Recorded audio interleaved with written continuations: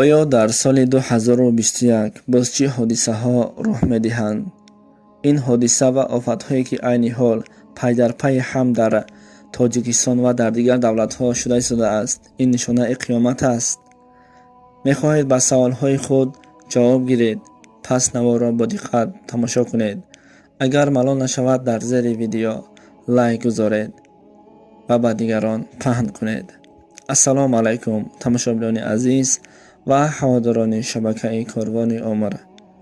бар ҳамаи мову шумо маълум аст, тӯли чанд вақт ва чанд рӯз мешавад ки дар Тоҷикистон ва дар дигар давлатҳо офатҳои табиӣ, бориши борони шадид ва омадани сели бисёр чанд замину хонаҳоро вайрон карда истодааст. масалан, рӯзи 8 май соли 2021 дар деҳаи Кӯйбеши ноҳияи Абдураҳмони Ҷомӣ зиёда аз 155 гектар замин фурӯ рафт ва зиёда аз 16 хонаҳоро зери лой кард. болои ин ҳама рӯзи 11 май соли равон дар шаҳри Кӯлоб омадани сел чандин хонаҳоро вайрон кард. бале, баъзан баъзеҳо мегӯянд, ки ин нишона аз он аст, ки тоҷикон барои замин ҷанг карданд. аммо сад афсӯс, ки ин тавр нест. ин ҳама бо амри худованд аст. тоҷикон барои замин ҷанг накарданд, бале замини худро ба дигар надоданд. бовар кунед, душманҳои тоҷик бениҳоят зиёд ҳаст. вақте шахсе навор мегузорад, албатта дигар давлатҳо тоҷикҳоро ҳақорат мекунанд, дигарро дигар мегӯянд. шумо ба инҳо гӯш надиҳед.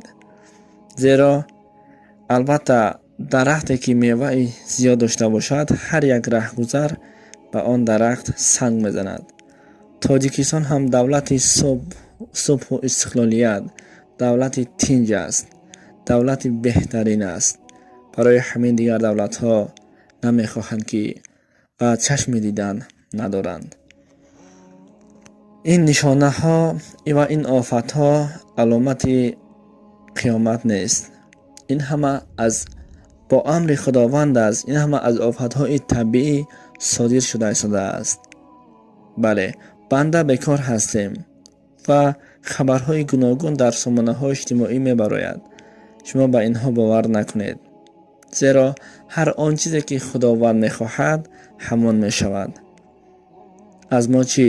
аз мо бандагон фақат дар бораи дӯстдори давлат суҳбат кардан ва барои давлат дуо кардан, барои халқи худ дуо кардан, барои пешво, барои ҷаноби олӣ, барои президенти давлат дуо кардан аст.